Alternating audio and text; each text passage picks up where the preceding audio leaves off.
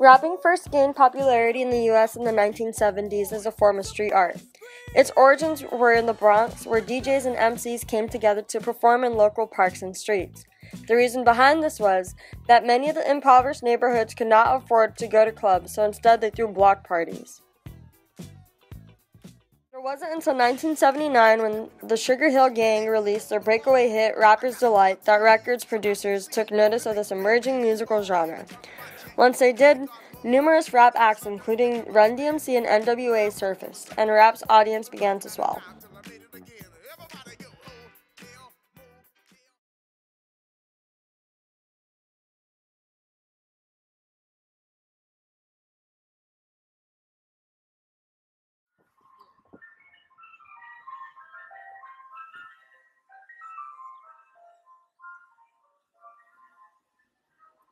This is a glimpse into the story of two young individuals born and raised in East Los Angeles.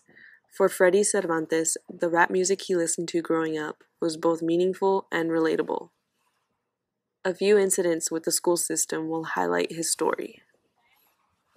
My parents, they're both from Michoacan, Mexico. They came over to the United States at a young age. They work. They came over here to give us a better education, better life. And living in East LA, it was tough at times, but like everything else, you get used to it. Well, for me, there were a couple of incidents that happened to me while attending high school. Well, one of them was I was sneaking into the school. I let them know my situation that I was going to class, so they called the police. They detained me for questioning. And it wasn't until my basketball coach happened to pass by and see me, and that's what was going on, that they finally let me go and apologize for detaining me. And there was another case, same thing happened. There was a kid who actually snuck into the school, but they detained me because I fit the description. They actually handcuffed me that one time, and they didn't even let me show them my school ID. So until again my coach happened to pass by and told them I attended a school there, was when they knew they had made a mistake. They tried to contact my mom to apologize, but kind of got used to it after a while. Mainly growing up, I would listen to rap. That was my thing growing through high school, and it was I think it was a way of rappers who would talk about the way of life, and since we're a minority and most of the rappers were coming out of minority communities, so I could see myself, my life in the music, and now I could finally say, finally somebody understands what I'm going through, or what I'm seeing, the way my life is, other than me seeing, oh, why doesn't everybody see what I see? So it was a way of being like, finally it's getting out there, finally people are listening and seeing the truth, because the media never puts out the truth of most things, so it was another way of letting things be known out there. Of course, I think the NWA, their original gangster rap, which was straight what they were dealing with, lifestyle they lived, they expressed it in their music. They almost got banned. They were being investigated by the FBI for the music they put out. So, they were the original. Others, Ice Cube, he talks about everyday lifestyle, like music. Eminem, he's another one of my favorites, just because the way he expresses himself. He could talk about it. Don't have to be just gangster stuff. It could be like her sexual harassment, things that have gone through his life, that he puts it out there in music, and it's a way for other people to feel comfortable and maybe come out about it. They don't have to hide it. So I think it helps all people. Mainstream rap today, I think, personally, in my opinion, I think they went away from the lifestyle how it was, like struggling now. Now it's more of they focus on the way they made it out. So now they're rich, they have all this stuff, money they could buy stuff with. I think that's what they focus more on, and that's why you see now kids growing up trying to have all the fancy stuff, because that's what they listen to. So that's my opinion about Main Street.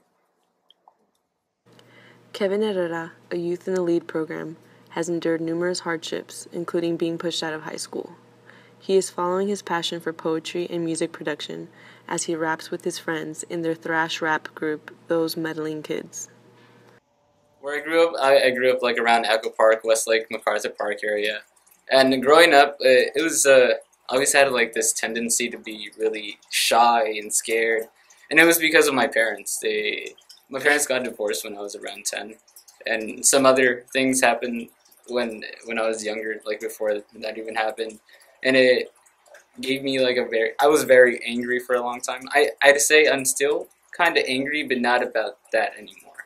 It's just it's really different now. Like my mother and I hardly talk. My father kicked me out last October out of his house. So it's just it's basically ever since those like incidents happened, I became very antisocial. I'm very to myself. But I have a family now that happens to make music with me, which makes me happy now. Latinos are identified as a high-risk group for depression, anxiety, and substance abuse. Among Latinos with mental disorders, fewer than 1 in 11 contact mental health care specialists, while fewer than 1 in 5 contact general health care providers. I'm seeing a psychiatrist, and due to that, I have a chemical imbalance that makes me really depressed. So that's a struggle of mine that I usually talk about in my songs. Just like, don't fuck up, don't be stupid. I think with Hispanic people, like, our parents just think like, oh no, you're crazy. That doesn't exist. Mental disease doesn't exist. That's just all in your head. And it's just, I think it's a very real thing.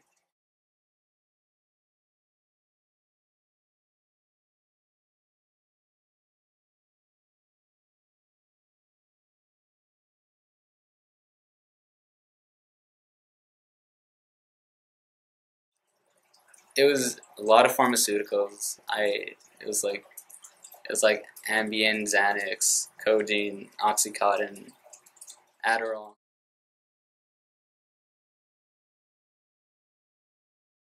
Since I wrote a song with my friend called Progress on the album that we just released, and it was a fusion of me and him writing, and it was basically just us trying to get better, because at the time when we were doing this album before, we were really emotionally unstable. We were doing drugs. We were just basically fucking up. Music came to me when I needed it. It like fell at my feet, because I think if they didn't call me to make that song, I honestly think I would have been 6 feet underground right now.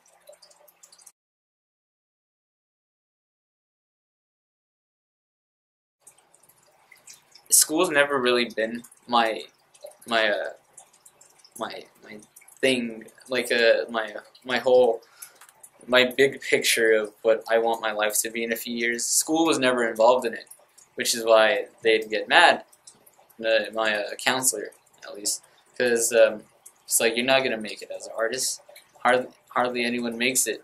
But I remember telling her that the people that you're gonna kick out, that are getting kicked out for doing only art, are gonna be the people who make it.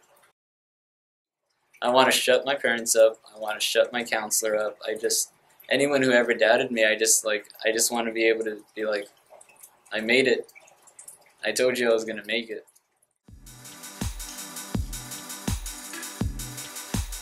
We're always those kids that people doubted. We're always those kids that were just like, they're not gonna make it. We're kind of just like this group of friends that like to fuck around, and then those meddling kids became Savage Boys, where it's just a bunch of kids who were kind of they felt alienated. The group that I'm with they're not, I don't want to call them my group, they're my family, and we happen to make music. I'm not just gonna make music to put out there. The music that I put out, it's not really for people to have fun. It's more of a story of who I am as a person, as an artist, just who I am and where I came from.